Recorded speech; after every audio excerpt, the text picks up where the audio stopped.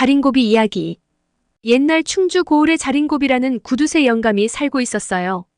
이 영감은 무엇이든 아끼고 아껴서 물 한 방울도 함부로 쓰지 않았어요.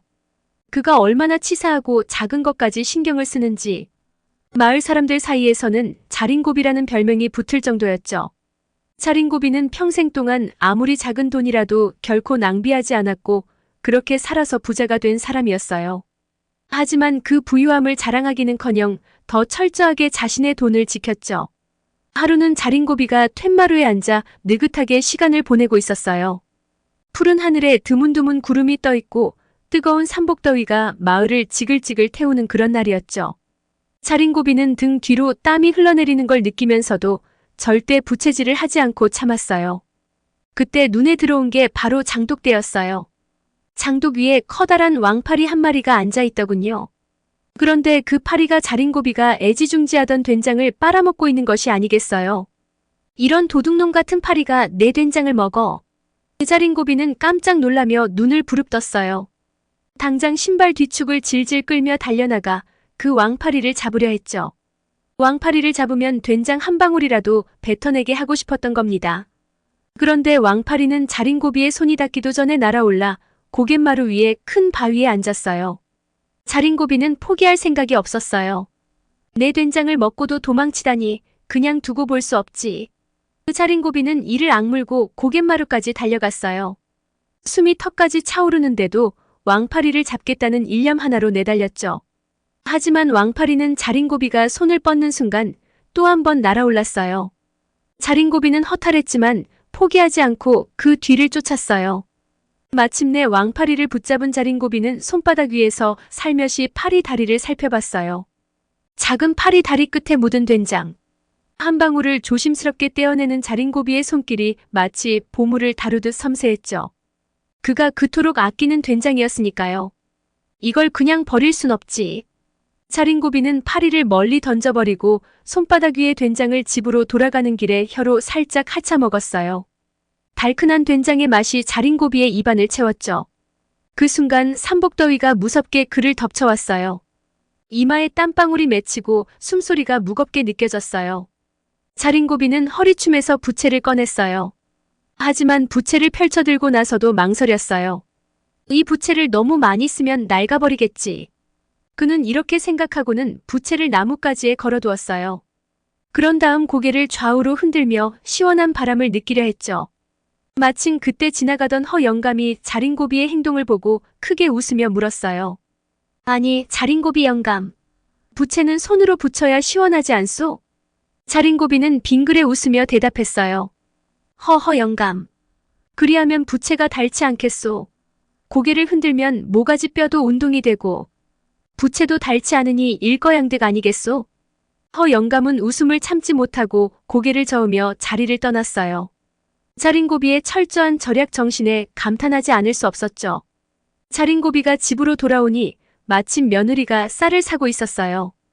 그런데 자린고비는 며느리가 반대만 사는 걸 보고 눈살을 찌푸렸어요. 내일이 내 생일이라서 그런 건가? 자린고비는 속으로 생각하며 물었어요. 왜 반대만 사는 거냐? 며느리는 활짝 웃으며 대답했어요. 아버님, 내일이 생신이시잖아요. 덕을 쌓으려고 떡을 만들려는 거예요. 하지만 자린고비는 여전히 불만이 가득한 표정이었어요. 생일이라고 뭐가 다른가? 아침에 해가 뜨고 저녁에 지는 건 다 같은 날이지 않느냐? 밥 대신 떡을 하려면 그만큼 손해가 아닌가? 그러자 며느리는 침착하게 대답했어요. 아닙니다, 아버님. 쌀을 가루로 내면 더 많은 떡을 만들 수 있어요. 서돼 반이 너돼 반이 된답니다. 자린고비는 며느리의 말이 믿기지 않았지만 궁금해서 지켜봤어요. 정말로 가루로 내고 보니 너돼 반이 넘게 되었어요. 자린고비는 그제서야 고개를 끄덕이며 말했어요. 이야, 떡이 밥보다 더 낫구나. 앞으로는 밥 대신 떡만 하거라. 그날 저녁 떡이 찌어지고 모락모락 김이 나는 냄새가 집안을 가득 채웠어요. 자린고비는 떡 한 접시에 냉수 한 그릇을 놓고 먹기 시작했어요. 떡의 쫀득한 식감과 달콤한 맛에 감탄하며 자린고비는 생각했죠. 떡은 반찬도 필요 없고 냉수 하나면 충분하군. 자린고비는 평생 절약하며 살았어요. 그런 절약 정신 덕분에 그는 엄청난 부자가 되었지만 여전히 자신의 돈을 지키기 위해서는 무엇이든 아꼈답니다. 하루는 고을에 새로 이사온 젊은이가 자린고비를 찾아와 물었어요. 영감님, 부자가 되는 비결을 좀 가르쳐 주세요. 자린고비는 젊은이를 가만히 바라보다가 웃으며 말했어요. 내가 가르쳐 줄 테니 따라오게나. 그렇게 두 사람은 뒷산으로 올라갔어요.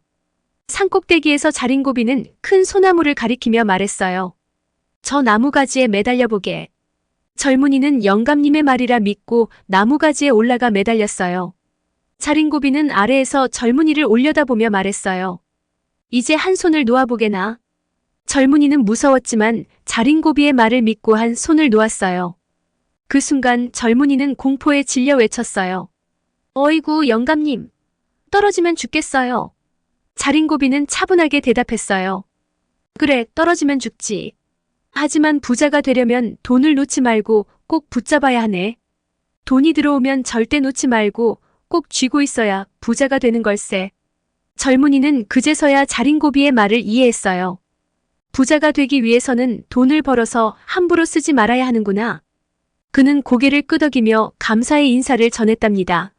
세월이 흘러 자린고비는 큰 부자가 되었지만 말년에는 자신의 재산을 나누어 가난한 사람들을 도왔어요. 자신의 생애 동안 철저히 아끼며 모은 재산을 마지막에는 베풀며 사람들에게 칭송을 받으며 삶을 마감했답니다. 이 이야기는 단순히 절약의 중요성을 말하는 것이 아닙니다. 진정한 부자가 되는 길은 자신의 것을 지키는 것뿐만 아니라 마지막에는 그것을 나누어 함께하는 데 있다는 중요한 교훈을 주고 있답니다.